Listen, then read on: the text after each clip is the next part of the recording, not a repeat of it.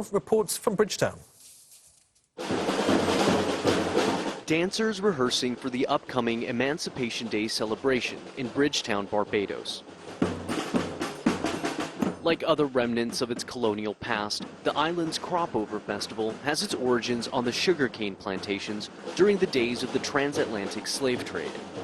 Educators like Sophia Graves say the holiday doesn't seek to erase the past, but rather flip the script, turning the date into a celebration of cultural heritage. So when we perform our landship, which is one of our traditional dances in our maypole, we are also celebrating a lot of the traditions that even were brought here by the persons who had enslaved us, but we would have transformed them into movements that we would have made for our celebration and also to appreciate, despite the challenges, we can say our people had a sense of resilience and they can take a lot and transform it into something beautiful.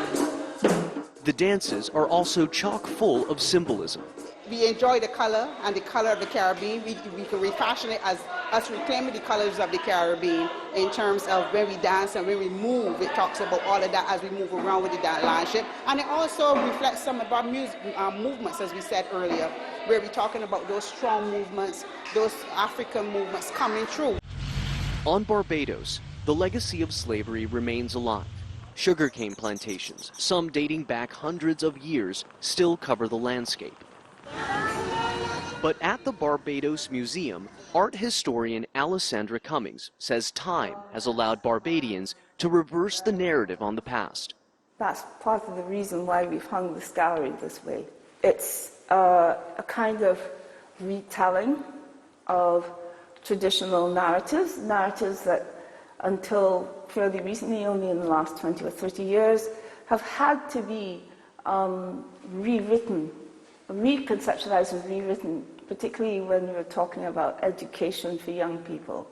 But until young people see themselves in terms of individuals taking charge of the narrative, they don't get that they have a right to identify themselves in a particular way. It was only in 2021 that Barbados became a republic, and in many ways the fledgling democracy is still shaping its identity. Though Barbados has yet to recover after centuries of slavery, it's a nation that's not only reclaimed the narrative over its history, but that's emerged as a global leader in reparative justice.